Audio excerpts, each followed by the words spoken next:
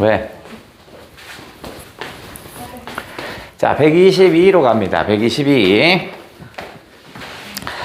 자, 122에서 우리는 뭐가 있나 봤더니, 아하, 3번 보기 박스 볼게요. 이생규 장전에서는 애정 전기 소설의 주요 특징이 납니다. 아하, 애정 전기 소설에 대해서 설명하나 봐요.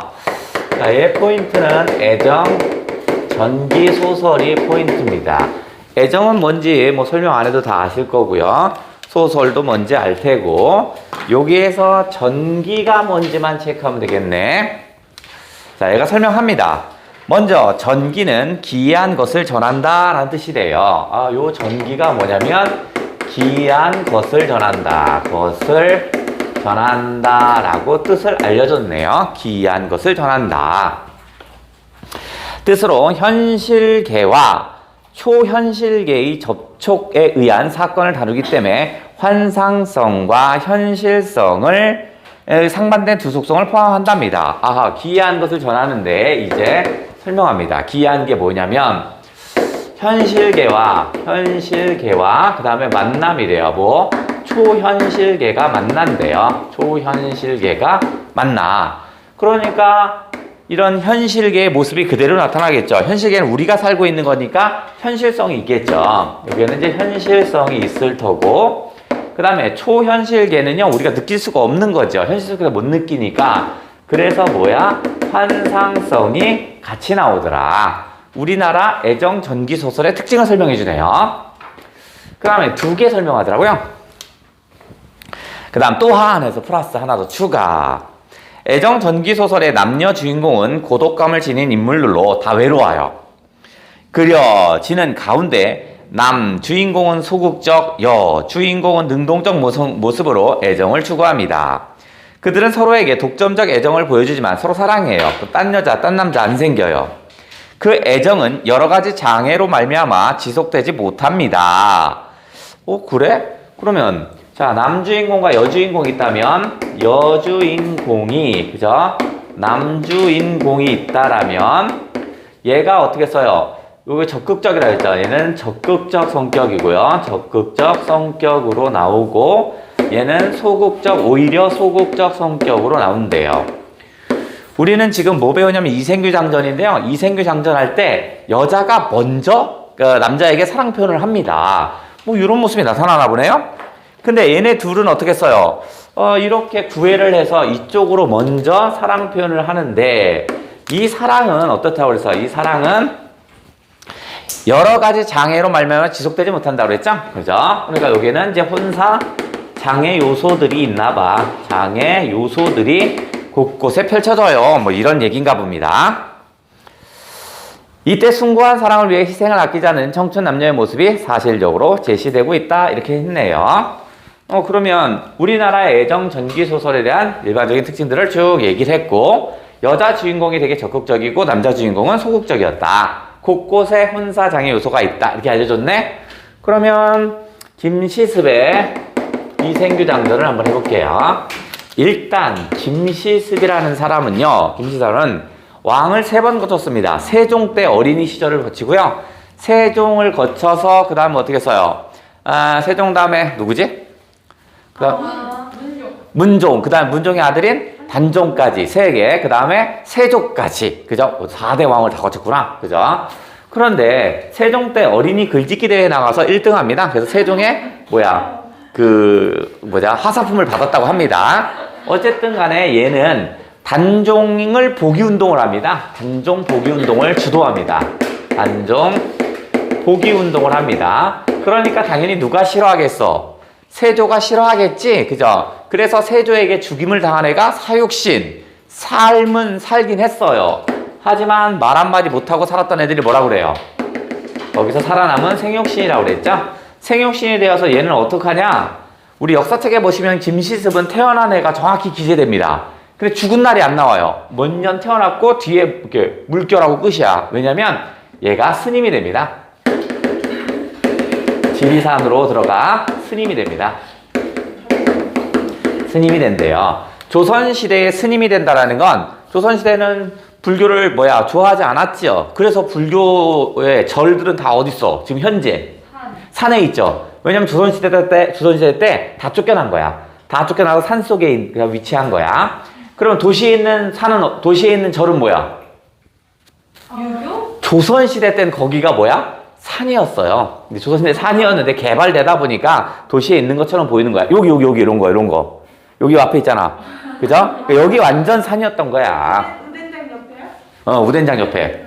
정확히 또 우den장 옆이라고 또 얘기죠. 자, 어쨌든 간에 그런 사람이었다. 자, 김시숙이 썼고요. 금오신화 속에 들어있는 거죠. 금오신화는 뭐지? 5개의 이야기. 그러니까 우리나라 최초의 한문 소설집입니다. 그래서 여러분이 5개라고 얘기한 건 그 한문 소설집에 5편이 들어있다는 얘기입니다. 자, 이생규 장전이네. 얘부터 이생이 이렇게 끊어지죠. 규가 뭐였지? 넘보다. 오케이, 넘보다. 그 다음에 장이 담이죠. 이생이 담을 넘봤습니다.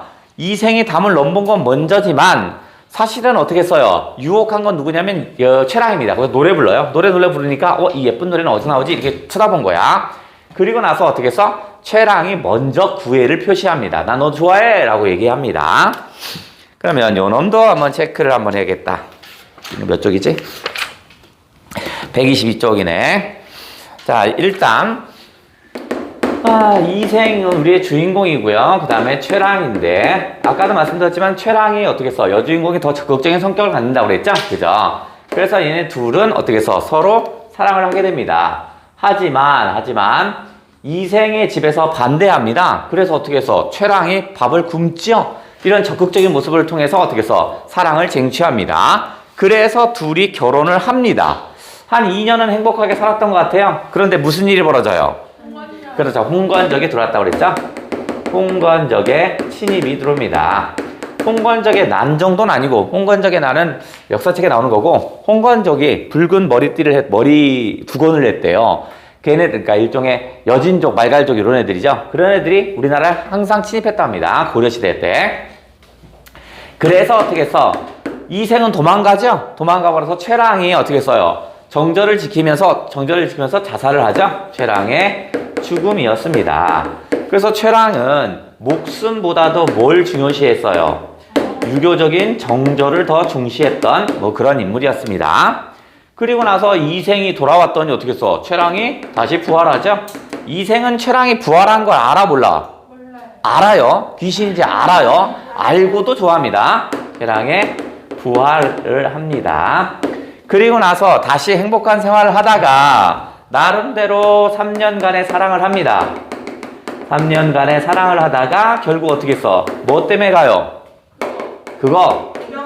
그렇지. 명부의 법칙으로. 명부의 법칙이라는 건 뭐냐면 저승에 염라대왕이 써놓은 거야. 너는 몇 월 며칠부터 며칠까지 살아. 이런 건가 보죠? 명부의 법칙으로 영원한 이별을 한답니다. 영원한 이별을 한다. 이런 얘기군요. 이게 이생규 장전이었죠. 자, 그러면 아까 우리 EBS에서 언급한 지점들 환상성이 있다라는 거 있었죠? 최랑이 부활했으니까 환상성은 존재하네요. 그죠? 그 다음에 여주인공은 적극적인 성격을 갖는 다음에 봤더니 어떻게 써요? 이렇게 하는 것들 다 적극적인 성격을 가졌죠? 사랑을 쟁취하기 위해서 먼저 구애를 표현하고요. 그 다음 어떻게 해서 밥도 굶었죠? 이런 걸 봤을 때 맞고. 그 다음 여기 혼사장애 요소가 여러 곳곳에 있다라고 그랬죠? 첫 번째는 어떻게 써요? 최랑의 이생의 아빠가 반대하죠? 그래서 한 번 있었고. 그 다음에 또 뭐 있었어? 나중에 홍건적의 침입에 의해서 방해를 받죠? 그 다음 명부의 법칙으로 방해를 받는구나? 오, 그래. 그러면 유사작품으로 넘어가 보자. 그죠? 이런 혼사장애 요소가 있는 지점을 좀 찾아보자고요. 혼사장애 요소가 있고, 그 다음에 이런 환상성이 좀 나와야 합니다. 귀신이 부활하고 어쩌고 이런 거. 그러니까 플러스 환상성이 있어야 되니까 귀신의 부활, 거기다 초점을 맞추면 귀신과 사람이 어떻게 만나죠? 그럼 인귀 교환설할, 교환. 교환설화 뭐 이렇게 플러스해서 해볼게요. 플러스 시켜볼게요. 교환설 소설이니까 소설이라고 하자. 교환소설. 여기다 플러스를 해보자. 요 놈을 주목하는 이유는요, 여러 가지가 있을 거야. 혼사장애 요소를 가지면서 임기 교환설화가 있다는 것. 기본적으로 사람과 귀신이 나온다는 건 혼례에 실패를 했으니까 죽었겠지. 그죠? 다 있는 건데, 여러 가지가 있는데 여기에 주목하는 이유는요, 요 놈은 보통의 우리가 소설과는 조금 다른 면이 있어서 여기다 연결을 해볼게요. 자, 얘는 요 놈이고요. 우리의 주인공은 누구냐면요, 하생이라는 주인공입니다. 하씨입니다. 하씨가 주인공이고요. 하씨는요, 용모와 행실이 대단합니다. 용모 잘생겼고요. 행실적인 면모도 뛰어납니다. 그러니까 우리가 일반적인 소설에 나오는 제자 가인형 인물입니다. 그죠? 훌륭한 인물이니까 잘생겼어요. 능력 많아요. 하니까. 하지만 이게 일반적이지만 얘는 출세 욕망을 지녔습니다. 출세 욕망 또한 대단합니다. 우리 보통 소라에서는 어떻게 써요? 이런 점은 없죠. 출세 욕망이 있다든가 이런 건 없어요. 그죠? 이게 뭐냐면 보통 설화와 보통 소설과 다른 지점입니다. 출세 욕망을 엄청 지니고 있는 것이다. 그래서 하생이 누구를 만나냐면 점쟁이를 만납니다. 점쟁이를 만나서 하생은 과거 시험에 응시했는데 합격을 합니다. 근데 어떻게 기득권층들이 어떻게 해서 자기 아들 집어넣고 하다 보니까 떨어지거든요. 화가 너무 나는 거야. 아이씨, 나 언제 출세할 수 있어요? 라고 물어봅니다. 그래서 자신이 가지고 있는 모든 돈을 다 투자를 합니다. 금전 돈입니다. 그랬더니 점쟁이가 얘기해 줍니다. 오늘 저쪽에 시외로 나가면 절 같은 비슷한 게 있거든. 거기서 만날 거야 라고 합니다. 이때 예언을 합니다. 그리고 나서 어떻게 했어? 진짜 좀 시내를 벗어나서 쓱 갔더니 여인이 나타납니다. 여인이 나타나서 어떻게 했어? 둘간의 사랑을 합니다. 그런데 좀 묘한 느낌이 좀 들긴 했었어요. 그런데 얘가 갑자기 뭐였어요? 엄마? 나는 원래 귀신이었어요 라고 얘기하네. 그죠? 분명히 좀 느낌은 좀 그랬지만 귀신인지 몰랐는데 귀신이라 하니 근데 예뻐요. 안 도와줄 수가 없어요. 어떻게 하면 되겠냐 했더니 시장에 가서 유이 금척을 가지고 가시면 우리 아버지를 만날 수 있으니까 그 아버지를 만나면 내 소식을 전해달라고 합니다. 당신 같은 예쁜 사람이 얘기한다면 안 들어줄 이유가 없죠. 그래서 들어주기로 합니다. 그랬더니 시장에 가서 금척을 들고 있었더니 어떻게 했어? 시중은 보면 여인의 아버지입니다. 여인의 아버지고 시중의 하인들이 저거 우리 주인 마님이 가졌던 자인데 어떻게 저놈이 갖고 있지? 오라, 무덤을 도굴 했구나 라고 생각합니다. 그래서 시중한테 일러요.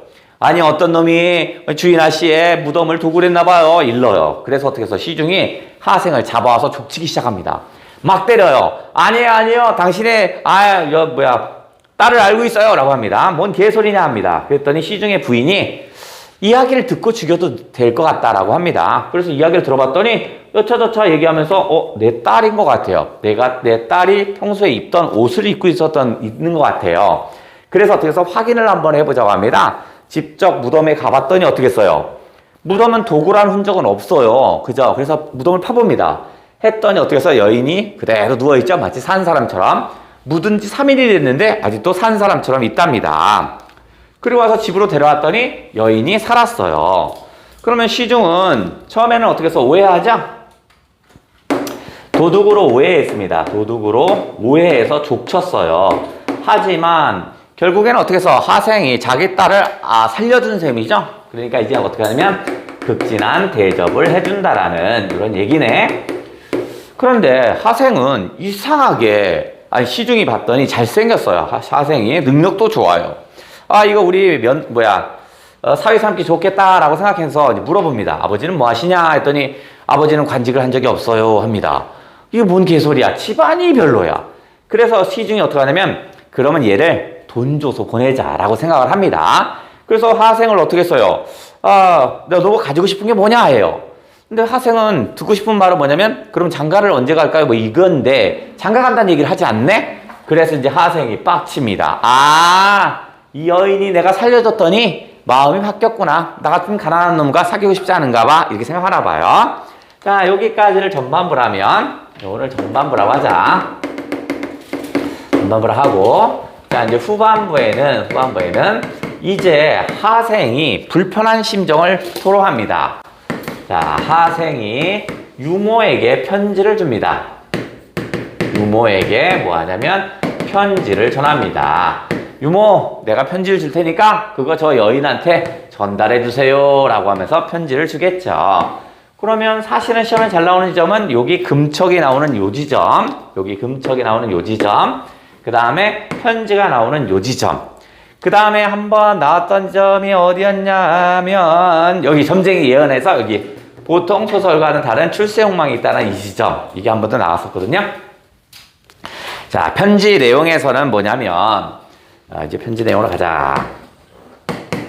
편지 내용에서 뭐냐면 이제 하생이 있고 여인이 있겠죠. 하생과 여인을 빗댄 표현들이 나옵니다. 여기가 안 나오는 것 같은데 여기까지 해볼까? 하생, 여인.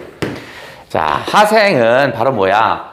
나는 아무리 티끌 같은 시련이 있어도 이런 시련이 막 생겨요. 그래도 나는 어떤 거야? 변함이 없어요. 옥은 변함이 없대요. 옥은 변함이 없습니다. 즉, 나는 당신에 대한 사랑은 변하지 않는다는 얘기입니다. 이 옥이 변하지 않는다는 건 여인에 대한 변함없는 사랑입니다. 여인에 대한 변함없는 사랑이야. 그러니까 나는 아무리 시련이 있어도 너에 대한 사랑은 변하지 않는데 너라는 여인은, 너님은 어떻게 써요? 얘는 봉황입니다. 높은 벼슬아치의 딸이니까 봉황이고 자신을 뭐에 비유해? 난세에 비유합니다. 아주 부유한 새, 그다음 난세는 가난한 새고요. 이 난세가 바로 하생입니다.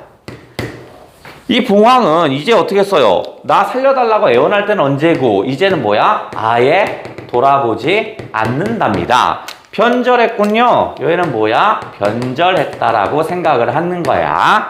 그래서 요 편지를 보냅니다. 근데 유모가 여인한테 줬더니 여인이 아빠 결혼한다고 그 얘기 안 했어? 하죠. 그래서 여인이 어떻게 해서 단식 투쟁을 하죠. 그래서 단식을 해요.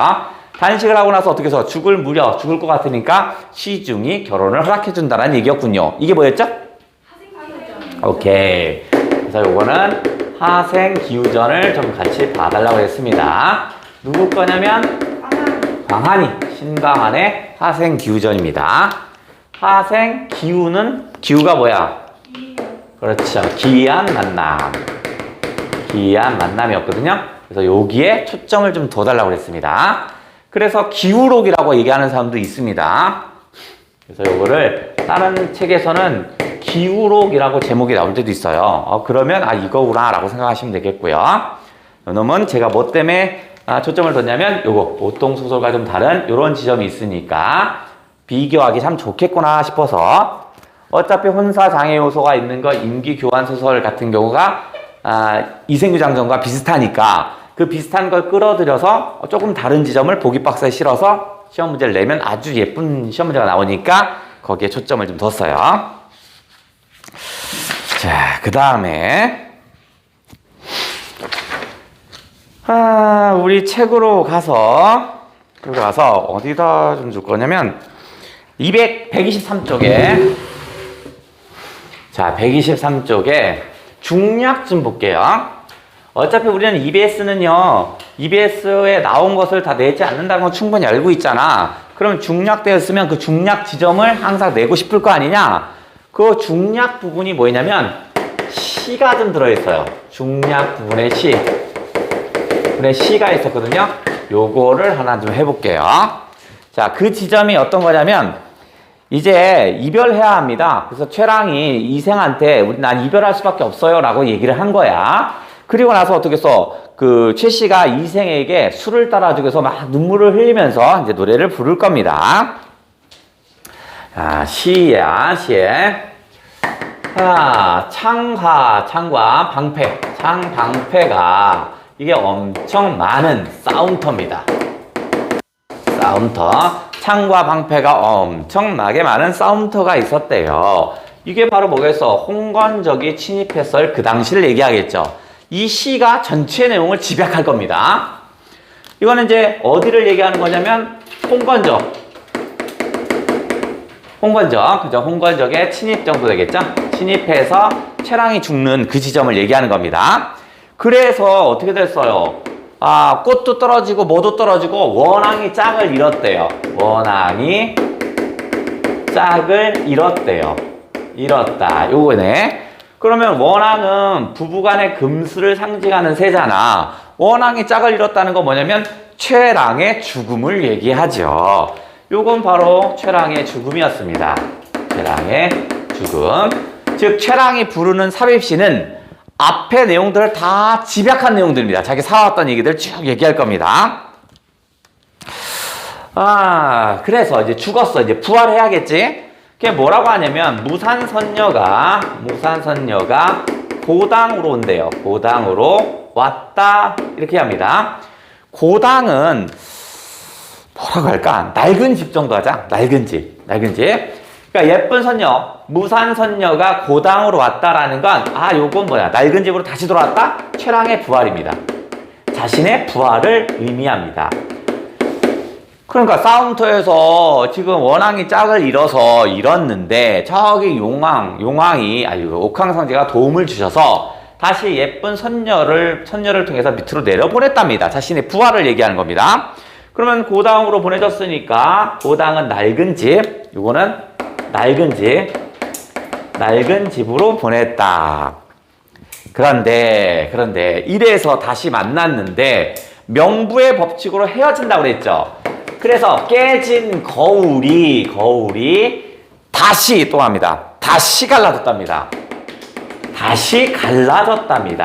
그러니까 한 번 깨진 거울은 뭐냐면 아까 한번 원앙이 짝을 잃었던 이 지점이고요. 깨진 거울이 다시 갈라졌다는 건 뭐야? 다시 갈라졌다라는 건 뭐냐면 명부의 법칙으로 이별하는 지점이죠. 여기입니다. 명부의 법칙으로 이별을 하는 그 지점입니다.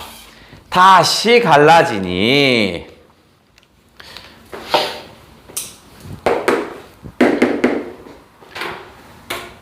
그래서 다시 이별하면 이제 이별하면이겠죠. 다시 이별한다는 건 지금 이별하면 여기선 지금 이별한다면 이제는 영원히 만날 수 없다라는 겁니다. 그전에는 이렇게 저렇게 해서 다시 만날 수 있었거든요. 이제 느낌이 어떤 거냐면 하늘과 인간 사이가 끊어진대요. 끊어진다. 그러니까 이것이 의미하는 건 뭐냐면 영원한 이별이죠. 영원한 이별이요. 이거네. 즉 중략 부분의 시는요. 앞의 내용을 집약하고 있습니다. 우리 여기 필기했던 이생규장전 요 내용을 삽입시가 정확히 그대로 보여주고 있습니다. 이게 삽입시가 달랑 생략됐어요. 그러니 그놈을 함께 알아주는 게 좋겠네. 그럼 기능도 좀 쓸까? 자, 그럼 도대체 삽입시의 역할, 기능 한번 해볼까? 자, 첫 번째는 전체 내용을 집약한다고 그랬죠? 주제의식, 전체 내용, 주제의식을 집약하고 있다. 이렇게 하나, 첫 번째. 두 번째, 소설 속에서 시가 나오니까 서정적 분위기 어쩌고 이딴 말 쓰면 되겠지. 서정적 분위기를 업시키고 있어요. 이딴 말 쓰면 되겠고. 그 다음에, 단조로움을 극복했다. 이런 거 괜찮지? 다 똑같은 말이지. 소설, 산문처럼 길게 쓰다가 나오니까 단조로움을 극복했다. 이런 말도 써도 되겠죠? 그러면 거기에 있는 문제 슬쩍 풀어보기.